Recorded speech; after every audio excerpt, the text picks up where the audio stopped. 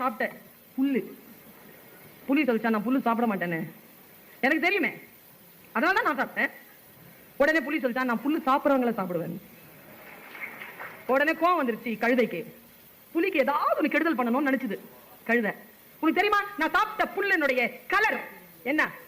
நான் புல்லு சாப்பிட மாட்டேன், ஆனா கலர் தெரியும், கிரீன். நான் சாப்பிட்டவன் நான் சொல்றேன் ப்ளூ. என்ன ப்ளூங்கிற? ப்ளூ தான், அறிவில்ல, பேர் தான் புலி.